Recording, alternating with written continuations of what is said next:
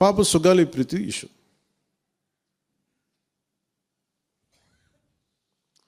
పండ్లున్న చెట్టుగా రాళ్ళు పడతాయంటారు. ఎవరైతే చేయూతనిస్తారో, ఎవరైతే ఆదరిస్తారో వాళ్ళని తిడితే ఎట్లాగా? అసలు ఈరోజు సుగాలి ప్రీతి అనే కేసు ఎలా ఎక్కడి నుంచి బయటకు వచ్చింది మీరు చెప్పండి. ఇలాంటి అన్యాయం జరిగిందని ఎవరికి తెలుసు? ఈ రోజున గత ప్రభుత్వం 2019, 2024లో ఒక ప్రభుత్వం మీద, అప్పుడు ముఖ్యమంత్రి మీద మాట్లాడటానికి అసలు ఎవరికైనా ధైర్యం ఉందా? ఒక ముఖ్యమంత్రిని ఒక మాజీ ముఖ్యమంత్రిని ఆ టైంలో అరెస్ట్ చేస్తే రావడానికి ఎవరు లేరు రోడ్ల మీద. అలాంటి పరిస్థితుల్లో ఓడిపోయి 2 చోట్ల ఓడిపోయి ఉన్న ఒక ఎమ్మెల్యే వాళ్ళ పార్టీకి వెళ్ళిపోతే ఏ మానసిక స్థైర్యం, ఏ ధైర్యం, ఏది ఉంటుంది చెప్పండి ఎవరికైనా? మరి అలాంటి సమయంలో నేను ఒక తల్లి పడ్డ వేదన తీసుకున్నా.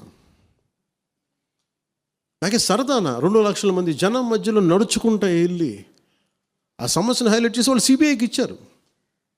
సిబిఐకి ఇస్తే మన ఇంటర్నల్ పేపర్ వర్క్ మనకి ఎలా తెలుస్తుంది? ఇంటర్నల్ పేపర్ వర్క్ వాళ్ళు ఇస్తే వాళ్ళు ఏంటంటే జీవో రిలీజ్ చేశారు. మా దగ్గర నుంచి వెళ్ళింది కానీ ఎక్కడికి వెళ్ళాలో అక్కడి నుంచి ప్రొసీడ్ చేయాలి, అక్కడ ఆపేశారు. హోంశాఖ నుంచి వెళ్ళింది సెక్రటేరియట్లో ఎక్కడో నెక్స్ట్ ఫైల్ ఢిల్లీకి వెళ్ళాల్సింది అక్కడ ఆపేశారు. మేము హోంమంత్రికి సిబిఐకి పంపించేసాం అంటే లెటర్ చేశారు, లాక్ చేసి లాకర్లో పెట్టారు. ఇది జరిగింది. ఈ ప్రాసెస్లో ఏం చేశారు, వాళ్ళకి ఈ కేసు కొంచెం సెన్సిటివ్ కేసు కాబట్టి మీకు చెప్తాను. సుగాలి ప్రీతి నేను ఎందుకు కొంచెం సున్నితంగా మాట్లాడాలి ఈ విషయం ఏదంటే, మీకు ఒక అన్యాయం జరిగినప్పుడు, ఎవరికైనా ఒక అన్యాయం జరిగినప్పుడు మనం ఏం చేస్తామంటే, నాకు ఆ వ్యక్తికి శిక్ష పడాలి, ఇంకింతే ఉండాలి. వాళ్ళు ఏం చెప్తున్నారంటే, ఎవరైతే ఈ వెనకున్నారో, మరి గవర్నమెంట్ ద్వారా వచ్చారు, గత ప్రభుత్వం ఎలా వచ్చారో, వాళ్ళు ఏం చేశారంటే, మనం పెట్టిన ఒత్తిడి ఆ రోజు 2 లక్షల మంది మనం జనంతో తీసుకెళ్ళి అది నేషన్ వైడ్ ఇష్యూ అయ్యేటప్పటికి వాళ్ళు చేసింది ఏంటంటే,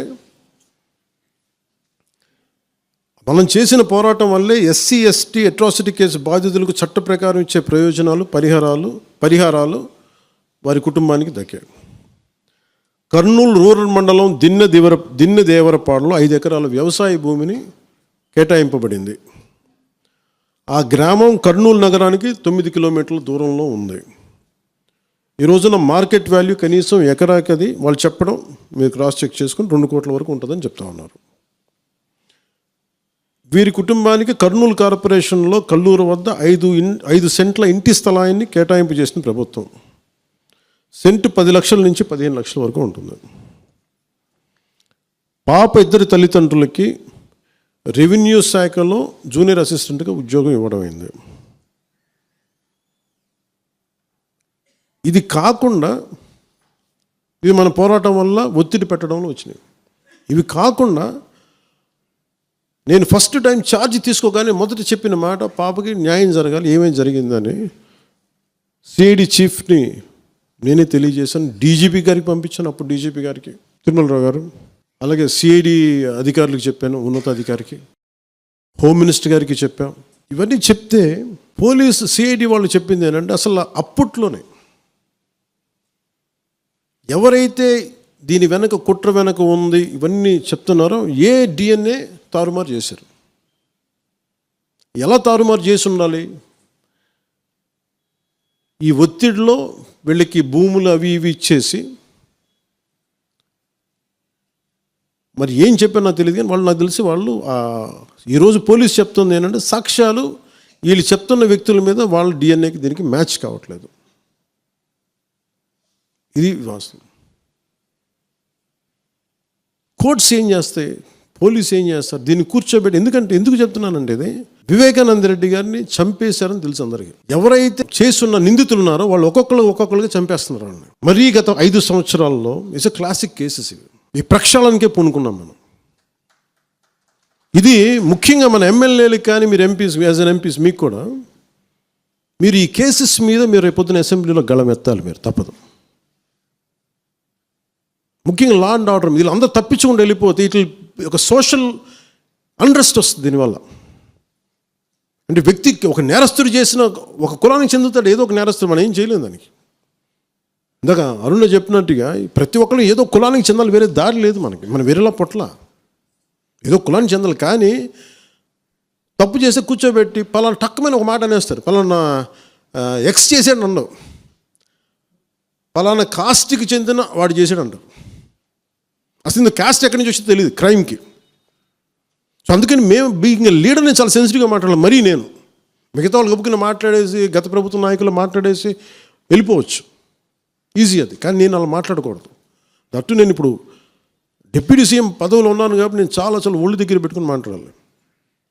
అందుకని ఇవన్నీ మీరు ఒక్కసారి దీంట్లో కూడా ఆ పాపకి న్యాయం జరగాలి, దోషులుంటే శిక్షింపబడాలి, దాంట్లో అసలు ఎప్పుడు లేదు. కానీ ఇలా ఒత్తిడి పెట్టాల్సిన వారికి కూడా నా విన్నపం ఏంటంటే, మీరు అసలు ఈ కేసు ఎవరి వల్ల బయటకు వచ్చింది మీరు చెప్పండి. సో మా త్రికరణ శుద్ధిని, మా చిత్తశుద్ధిని మీరు తక్కువ ఎంచిన. ఇక్కడ కేసులు వాళ్ళు కూర్చోబెట్టి నేను వెళ్ళి సాక్ష్యాధారాలు నేనేం క్రియేట్ చేయలేను. అక్కడ గత ప్రభుత్వం చేసిన తప్పులు కొనేసారు వీళ్ళు చాలామందిని. మరి ఏం కొన్నారు, ఎలా కొన్నారు, దీని మీద కేసు పెట్టాలి. ది లెట్ ఎంటైర్, ఇది నా ఒక్కడి కేసు కాదు, ఇది ఎంటైర్ సొసైటీకి ఇది సిచ్యువేషన్. మీరందరూ కూర్చొని ఒకసారి మన ఎమ్మెల్యేస్ అందరూ కూడా, మన నాయకులందరూ కూర్చోబెట్టి you try to take it to home minister గారు, including law and order CM గారి దృష్టిలో చేతిలో ఉంటుంది. కాబట్టి మీరు ఇంతకుమించి దీని మీద మాట్లాడకూడదు. ఎందుకంటే నేను శిక్ష పడాలని కోరుకుంటాను. ఇంతకుమించి కాకపోతే ఏమైపోతుంది, నా మీద నన్ను లాగడం చాలా తేలిక అందరికీ. ఎందుకంటే నేను మెత్తని మనిషిని కదా, నా మీద రాళ్ళు వేసేయండి ఈజీ, నా చొక్కా పట్టుకోవడం ఈజీ. అదే గత ప్రభుత్వం ముఖ్యమంత్రిని పట్టుకోమని చెప్పండి, ధైర్యం కూడా చేయరు. ఇప్పటికీ ధైర్యం చేయరు. ఎందుకంటే వాళ్ళ మనుషులు ఇళ్లలోకి వచ్చి కొడతారు, క్రిమినల్స్ వచ్చి ఇళ్లలోకి వచ్చి కొడతారు, చంపేస్తారని భయం. మనం ప్రజాస్వామ్యం కదా, మనం భరించాలి. అందుకని దయచేసి దీన్ని మీరు ఒకసారి కూర్చోబెట్టి ఒకసారి మన గౌరవ శాసనసభ్యులు, మంత్రివర్గ సహచరులు, లెజిస్లేటివ్ కౌన్సిల్ మెంబర్స్, పార్టీ నాయకులు అందరూ దీని మీద ఒకసారి, స్పోక్స్ పర్సన్స్, వీర మహిళ నాయకులు, మీరందరూ ఒక్కసారి కూర్చోబెట్టి ప్రతి ఒక్కరు కూడా దీని మీద, ఇది ఎందుకంటే ఇది ఒక కేసుగా చూడకండి, ఇది గర్ల్ చైల్డ్ తాలూకు ప్రొటెక్షన్ చాలా ఎసెన్షియల్. అందుకని దీన్ని సోషల్ మీడియా యాక్ట్ కానీ ఇవన్నీ మాట్లాడాలని పొద్దున్న నిర్ణయించుకున్నాం. ఇది ఒకసారి మీ దృష్టికి తీసుకొస్తా ఉన్నాం. Please subscribe to Leo news for more videos.